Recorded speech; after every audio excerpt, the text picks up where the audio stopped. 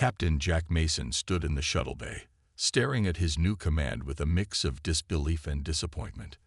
The HSF Perseverance floated in the space dock, its hull marked with patches of rust and mismatched repair plates. Next to the sleek, modern warships surrounding it, the Perseverance looked like it belonged in a museum, not on the front lines of humanity's defense. "They can't be serious," he muttered. "I'm afraid they are, Captain," said a voice behind him. Admiral Blake approached, his uniform crisp and his face stern. "The Perseverance is yours." Mason turned to face his superior. "With all due respect, sir, this ship is ancient. What am I supposed to do with it?" "Your orders are simple. Take the Perseverance to the edge of the Arcturus sector and patrol. Make yourself visible to enemy scanners, then disappear." The Admiral's expression didn't change. "The Crawl are planning something big. We need all our best ships for the main defense, but we also need distractions." Mason understood immediately. "We're bait." Admiral Blake didn't confirm or deny it. He simply handed over a datapad with the official orders. "Your crew arrives in 2 hours. Good luck, Captain." With that, he turned and left. Mason looked back at the ship. The Perseverance was one of the first warships built after humans reached the stars. For 50 years, it had gathered dust in the reserve fleet. Now, with the Crawl Empire pushing at the borders of human space, even this relic had been called back to service. 2 hours later, Mason watched as his new crew filed into the ship's main briefing room. Their faces told him everything he needed to know. They were just as unhappy with this assignment as he was. Lieutenant Emma Davis, his new executive officer, approached first. Her service record showed excellent performance, but noted problems with authority. She saluted sharply. "Reporting for duty, sir." "Welcome aboard the Perseverance, Lieutenant." "Is that what this rust bucket is called?" said a tall man with grease-stained hands. "I thought we were assigned to a ship, not a floating junkyard." Mason raised an eyebrow. "And you are?" "Chief Engineer Tom Wilson." The man didn't salute. "Sorry about the hands. I was checking the engine room. It's worse than it looks from outside." Before Mason could respond, 2 more officers stepped forward. "Communications Specialist Lisa Reed, sir." "Weapons Officer Marcus Jones, reporting for duty." Mason nodded to each of them. Reed was young, barely out of the academy. Jones was older, with the hard eyes of someone who had seen combat. Both had notes in their files about attitude problems, despite excellent technical skills. "Let me be clear," Mason said, addressing the room. "None of us chose this assignment. We're here because Fleet Command needed somewhere to put us. They gave us a ship no one wants for a mission no one else would take." He activated the holographic display in the center of the room, showing their patrol route along the edge of human space. "Our orders are to patrol the border of the Arcturus sector, making ourselves visible to enemy sensors, then using the asteroid fields to disappear and reappear elsewhere. In simple terms, we're a decoy." The room was silent for a moment before Wilson spoke up. "So they expect us to play hide and seek with the Crawl in this ancient ship. We'll be lucky if the engines don't fail when we try to run." "That's why we have you, Chief Engineer," Mason replied. "I've read all your files. Each of you is here because someone in the fleet wanted you gone. Too many questions, too many suggestions, too much thinking for yourselves." He looked around the room. "That's exactly what I need on this mission." Over the next week, the crew worked to make the Perseverance space-worthy. The ship groaned and protested as systems that had been dormant for decades were brought back online. Every repair seemed to reveal 3 more problems. On the 7th day, Mason was on the bridge when Wilson called him to the engine room. "Captain, you need to see this," the engineer said, his voice unusually serious. Mason found Wilson standing in front of an open panel deep in the bowels of the ship. Inside was a glowing blue core unlike anything in modern vessels. "What am I looking at, Chief?" Wilson held up an old paper manual. According to this, the Perseverance wasn't just an early warship. It was an experimental prototype. This power core design was abandoned decades ago. Why? Mason asked, studying the pulsing blue light. The official record says it was unstable. Wilson flipped through the manual. But these notes tell a different story. The engineer who designed it wrote that the military didn't like it because it couldn't be standardized. It required creative adjustments. Mason looked closer. The core seemed to pulse in an almost living rhythm. Is it dangerous? Any power source can be dangerous, Wilson replied. But this has potential I don't think was ever fully explored. The core can adapt to how it's used, learn from the power demands placed on it. His eyes lit up with excitement for the first time since coming aboard. It's like having a heart instead of an engine. Before Mason could ask more questions, Reed's voice came over the ship's comm system. Captain to the bridge. We've received new orders. On the bridge, Reed played the transmission. Admiral Blake's face appeared on the screen. Captain Mason, your departure is moved up. The Crawl have begun probing attacks in your patrol sector. We need you out there immediately. The colony on Horizon may be their next target. You are not. I repeat, not to engage the enemy. Your job is to be seen and then escape. That ship cannot stand up to even a single Crawl vessel. The transmission ended, and Mason turned to his bridge crew. Opinions. We're not ready, Davis said bluntly. Half the systems are still being repaired. The weapons barely work, Jones added. We'd be defenseless if we actually encountered the enemy. Mason considered this, then made his decision. We have our orders, but I'm making an addition to our mission. He turned to Wilson. I want to know everything about that experimental core. What it can do, how far we can push it. That wasn't in our orders, sir, Davis pointed out. No, it wasn't, Mason agreed. But if we're going to be bait, I want some teeth this fish can bite with. Make ready to depart in 6 hours. As the crew hurried to prepare the ship, Mason stared out the viewport at the stars. They were being sent out in an overlooked relic to be a distraction at best, a sacrifice at worst. But something about the strange blue core gave him hope. Perhaps being overlooked would turn out to be their greatest advantage. The HS Perseverance limped through space, systems failing one after another. The ship shuddered as the old engines strained to maintain speed. Status report, Captain Mason ordered, gripping his chair as another tremor ran through the bridge. Lieutenant Davis checked her console. Navigation is holding. Life support at 92%. Weapons, she frowned. Weapons are still offline. Sir. Mason nodded. They'd been traveling for 3 days toward the edge of human space.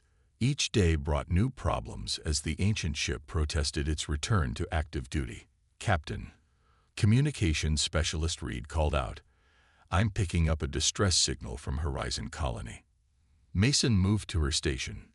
Put it through. The message was broken and filled with static, but the fear in the voice was clear. Crawl ships attacking. Need immediate assistance. Civilians. How far are we from Horizon? Mason asked. 4 hours at our current speed, Davis replied. Mason considered their options. Their orders were clear. Stay visible but avoid engagement. The Perseverance wasn't meant to fight. It was meant to distract. Sir, Davis lowered her voice. That colony has over 2,000 civilians. If the Crawl are attacking. Mason made his decision.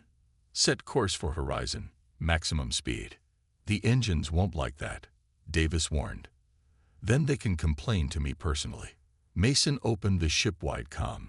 Wilson, I need those engines pushed to their limit. We're responding to a distress call. In the engine room, Chief Engineer Wilson wiped sweat from his brow. You hear that? The captain wants more speed. He addressed his small team of engineers who were already working frantically. Jenkins, reroute power from the unused decks. Phillips, bypass the safety regulators on the cooling system. As they worked, Wilson kept glancing at the experimental core. Since discovering it, he'd spent every spare moment studying the old manual. What he found fascinated him. The core wasn't just a power source. It was designed to adapt, to learn from how it was used. "Sir," Jenkins called, "if we push the engines any harder, we risk a complete burnout." Wilson looked at the core again, then made a decision. "Help me with this panel. We're going to try something new." 3 hours later, the Perseverance dropped out of faster-than-light travel near Horizon Colony. The scene before them was grim. 2 crawl warships orbited the small mining colony, firing methodically at its defenses. On the bridge, Mason assessed the situation. "Reed, try to contact the colony." "Davis, what's our weapons status?" "Still offline, sir," Davis replied. "And our shields are at minimum capacity." Mason frowned. They had arrived too late to be a distraction, and too early to be properly prepared. Before he could issue new orders, the ship's comm buzzed. "Captain," Wilson's excited voice came through. "I've made some adjustments to the core. I think I can give you weapons, but they won't be what you expect." "Explain," Mason demanded. "The core was designed to adapt to the ship's needs. I've channeled some of its energy directly to the weapons systems, bypassing the standard power grid." "Will it work?"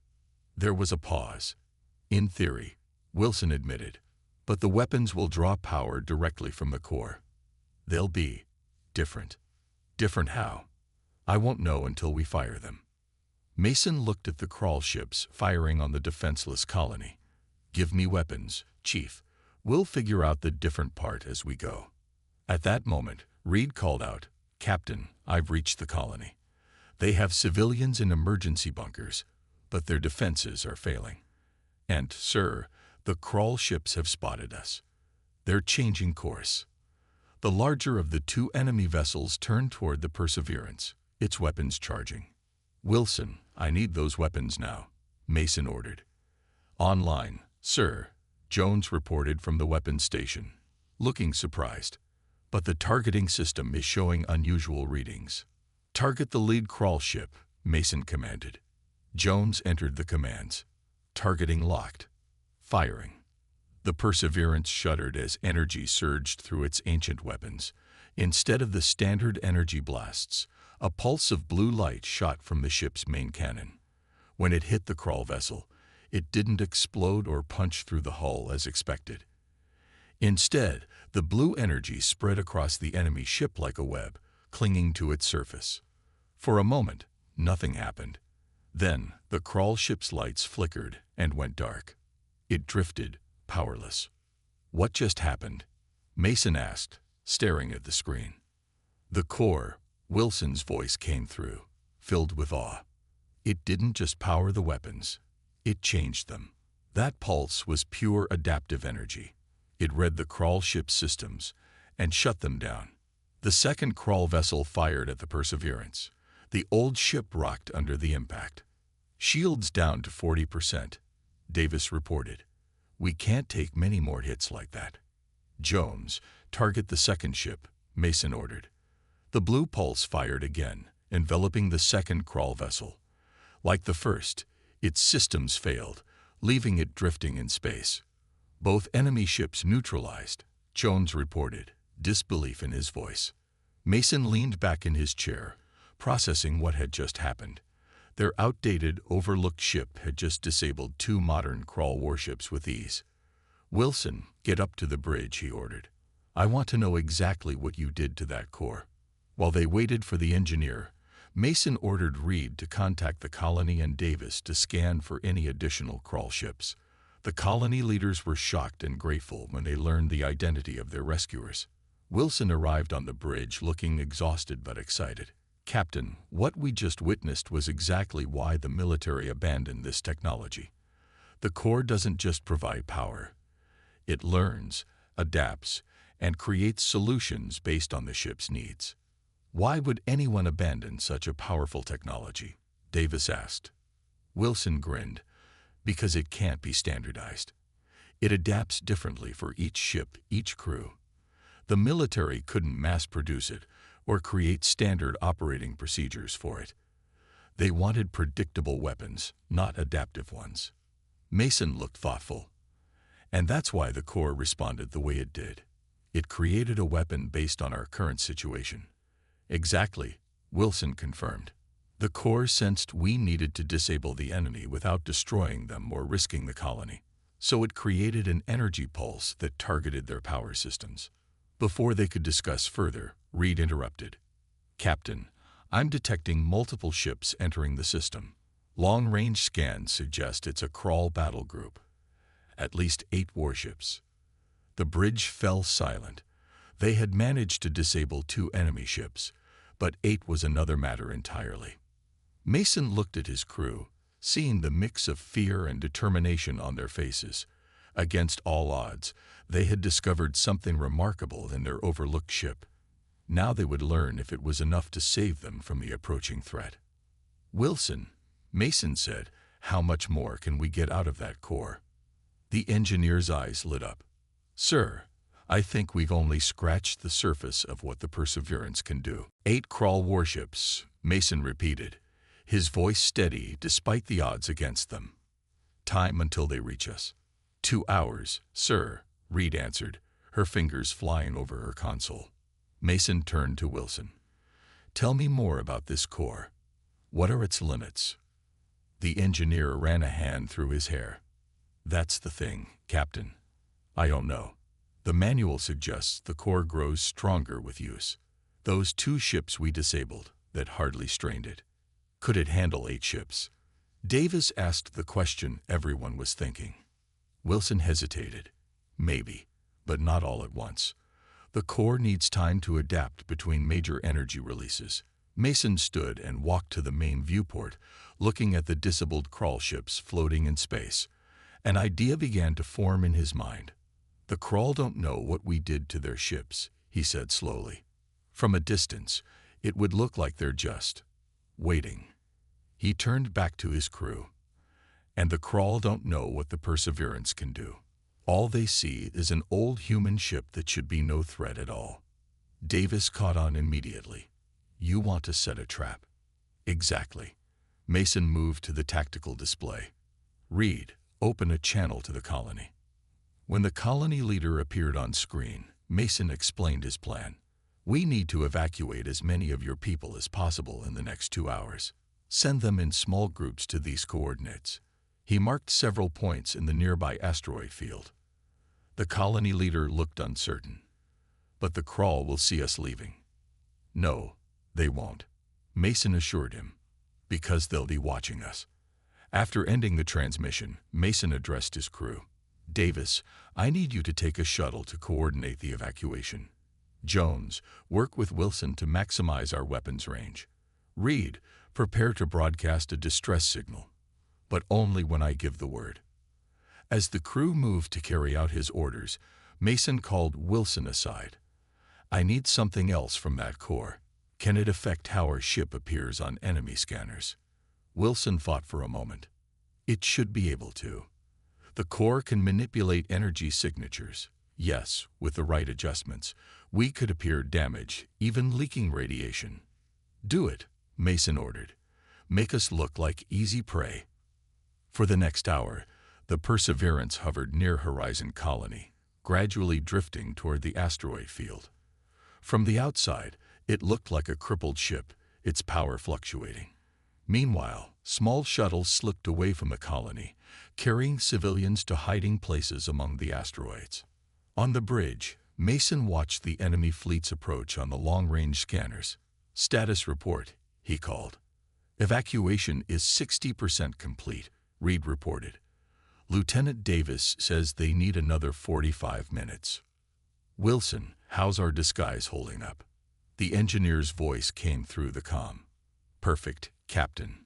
To their scanners, we look like we're barely holding together. I've even managed to fake a radiation leak from our engines. Jones, weapons status. Ready, sir. The core has recharged since our last firing. Mason nodded, satisfied. Now we wait. The crawl fleet dropped out of faster-than-light travel at the edge of the system. 8 sleek, black ships, each bristling with weapons.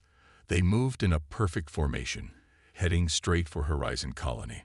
They've spotted us, Reed announced. They're scanning the Perseverance. Everyone hold steady, Mason ordered.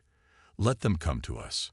On the lead crawl ship, Commander Drez observed the human vessel on his view screen.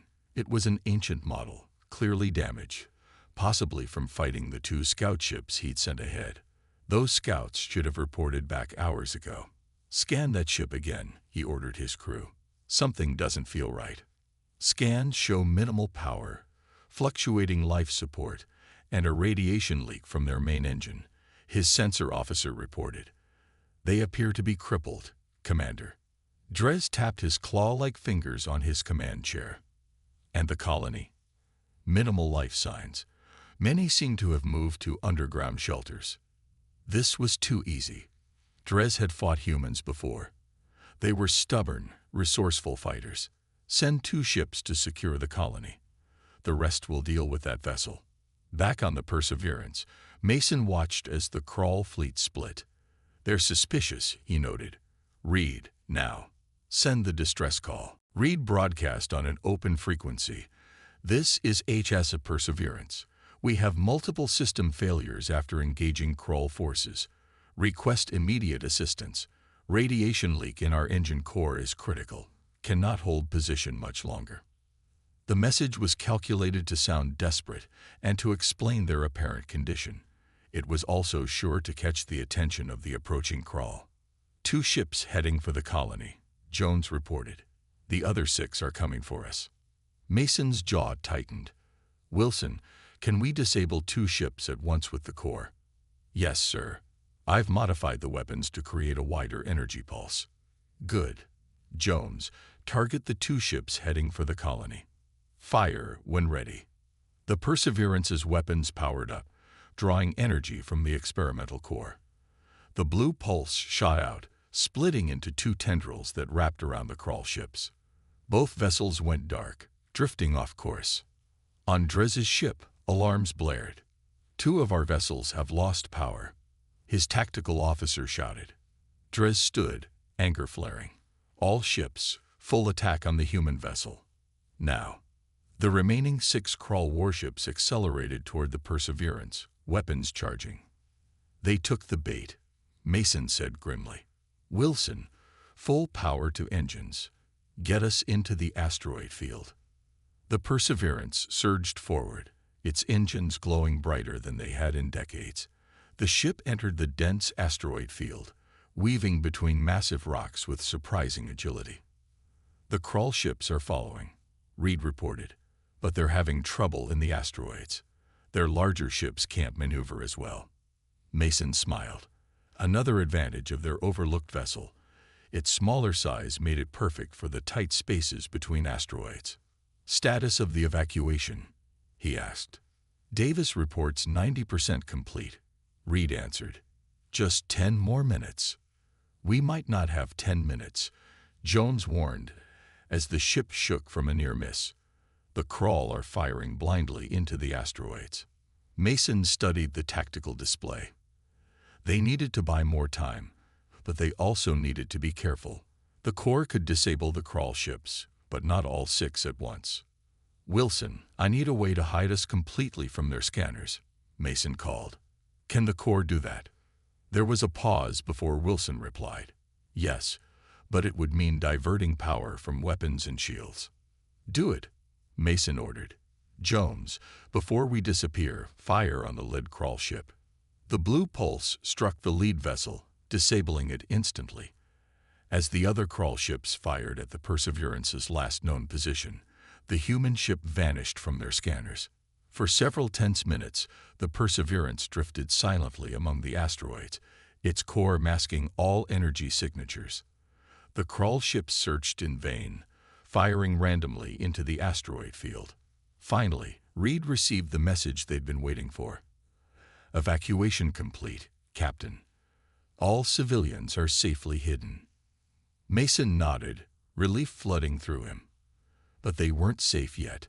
5 crawl warships still hunted them, and sooner or later, they would have to fight. Wilson, he called, how much power can that core really give us if we push it to its limits? There was excitement in the engineer's voice when he answered. Captain, I believe this ship could take on the entire crawl fleet. if we're willing to risk everything. Commander Drez paced the bridge of his flagship, his anger growing with each passing minute. 3 of his ships floated powerless in space. The human vessel had vanished in the asteroid field, and now his sensors were picking up strange energy readings throughout the system. "Report," he barked at his sensor officer. "Still no sign of the human ship, Commander," the officer replied nervously. "But we're detecting small energy signatures moving through the asteroid field." "Escape pods, shuttles," Drez demanded. "Possibly. They're well shielded." Drez slammed his fist on a console. The humans were evacuating the colony right under his nose. This was supposed to be a simple mission: destroy the colony, eliminate any human presence in this sector. Instead, he was being outmaneuvered by a single outdated human vessel. "Continue searching for that ship," he ordered, "and send our 2 remaining scouts to hunt down those energy signatures in the asteroids." On the Perseverance, Mason and his crew monitored the Krall's movements from their hiding place deep in the asteroid field. The ship's experimental core hummed quietly, masking their presence from enemy scanners. "They're sending ships after the evacuation shuttles," Reed reported, concern evident in her voice. Mason nodded grimly. "Davis, status."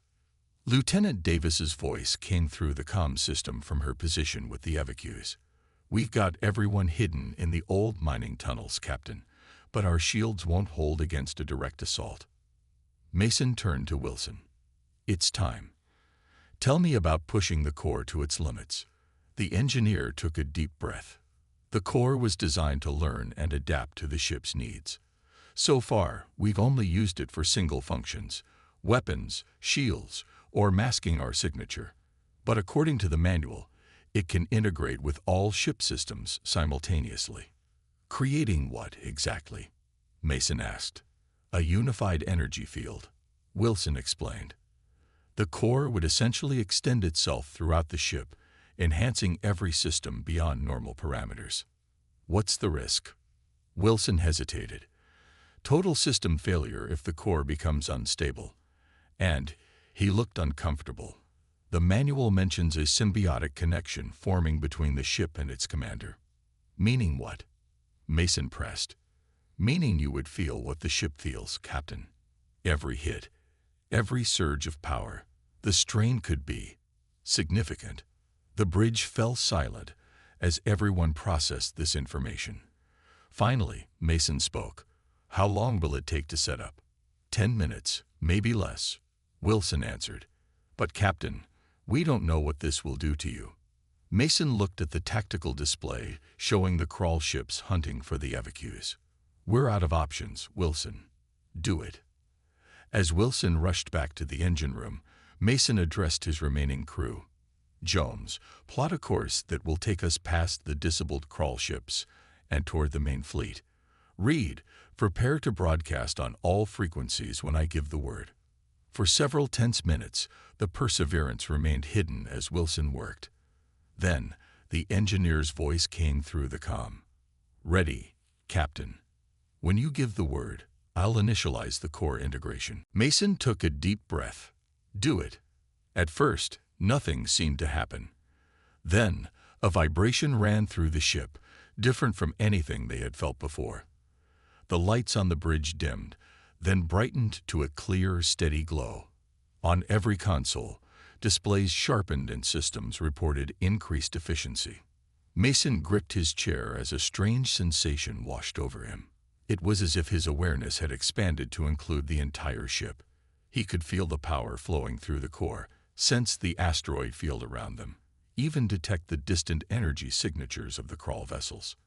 "Captain," Jones looked concerned. "Are you all right?" Mason nodded slowly, adjusting to the strange connection. "I can feel the ship," he said quietly. "It's amazing." He straightened in his chair, newfound confidence flowing through him. "Drop the masking field. Full power to engines.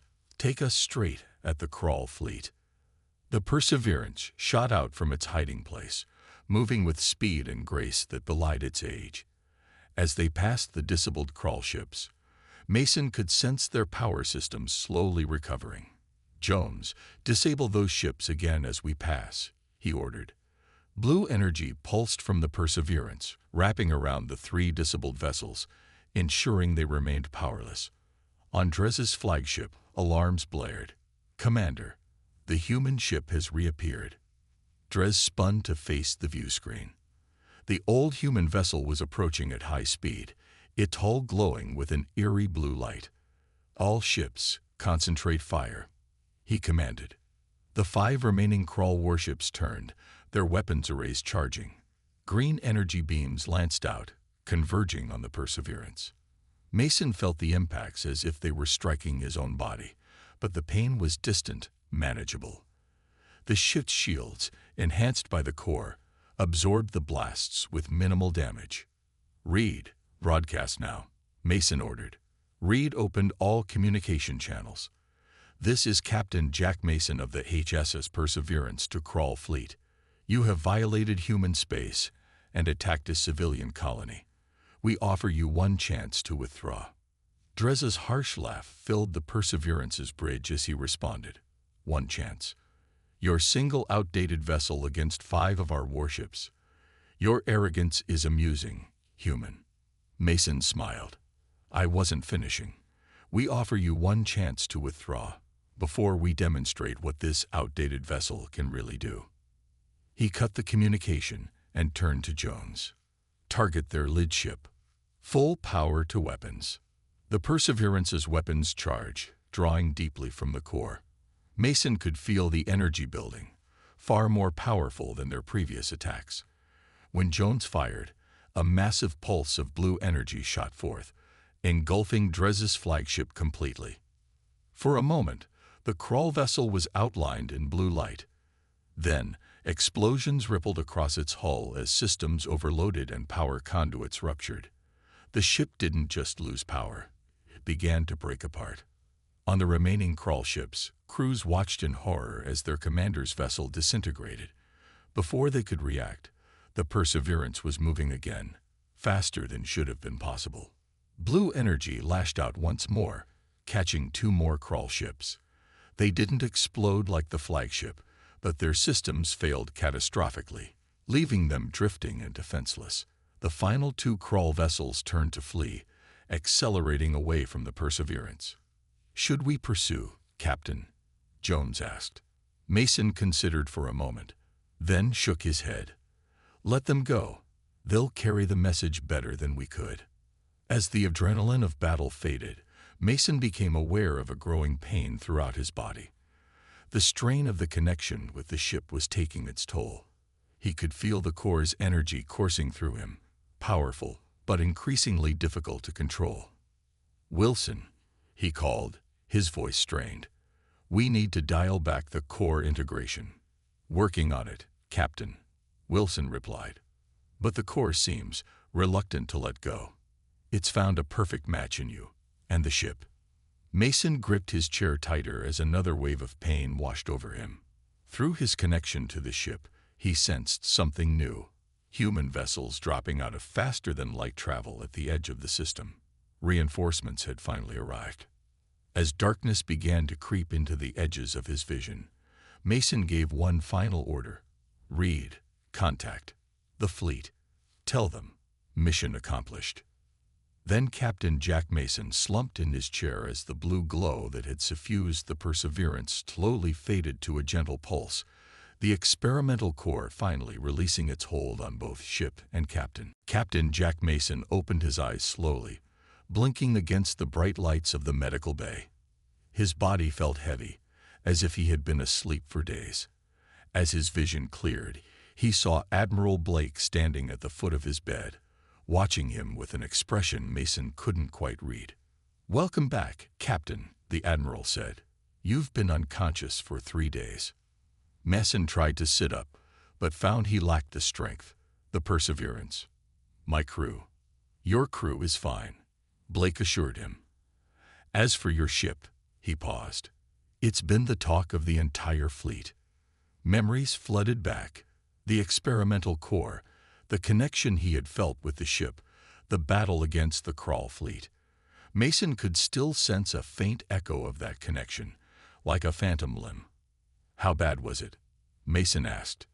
The Perseverance is intact, though your engineer has been working nonstop to stabilize that core of yours. Blake pulled up a chair and sat down. What you did out there, Mason, it's unprecedented. One outdated ship taking on 8 crawl warships and winning. The door to the medical bay slid open, and Mason's crew filed in. Davis, Wilson, Reed, and Jones all looked tired but relieved to see their captain awake. The gang's all here, Mason said with a weak smile. Wilson stepped forward. Sir, the core has stabilized, but it's changed. It seems to have imprinted on you somehow. The ship's systems won't respond fully to anyone else. Admiral Blake cleared his throat. Which brings us to the reason for my visit. He stood and paced the small room. Fleet Command is divided on what to do with the Perseverance. Some want to study the core, possibly remove it for research. Others want to decommission the ship entirely, concerned about technology we can't fully control. Mason felt a surge of protectiveness that surprised him. And what do you think, Admiral? Blake stopped pacing. I think we just witnessed something remarkable. A ship that was overlooked, a crew that was cast aside, and a captain who found a way to use both to achieve the impossible. He looked at each member of the crew. The crawl had been pushing at our borders for years. Now, for the first time, they're pulling back. The 2 ships that escaped your battle have spread the word. The crawl empire is in disarray, different factions arguing over how to respond to this new threat. New threat? Reed asked. The legend of the ghost ship, Blake explained. A human vessel that can disable or destroy an entire fleet with weapons unlike anything seen before. The story has grown with each telling. Mason looked at his crew, pride filling him. So what happens now, Admiral? That's what I came to discuss. Blake pulled out a datapad. I'm offering you and your crew a choice. You can return to regular fleet duty, with promotions all around, of course. Or, he hesitated, you can continue as you are, with a special designation outside the normal chain of command. You want us to be your secret weapon, Davis said bluntly. Blake nodded. The Perseverance has proven itself, and so have all of you. We need ships and crews that can think outside standard protocols. Wilson laughed. Isn't that exactly why you sent us away in the first place? Because we didn't follow standard protocols. Sometimes the military needs a reminder of what we're fighting for, Blake admitted. Your success has sparked a review of other technologies that were abandoned for being too unconventional. Mason thought about the connection he had felt with the Perseverance, the way the ship had responded to his will, becoming more than the sum of its parts. It was something personal, something that couldn't be mass-produced or standardized. If we accept this special designation, he asked, will my crew stay together? Will we keep the Perseverance? Yes to both, Blake confirmed, with some upgrades to the ship's basic systems, of course.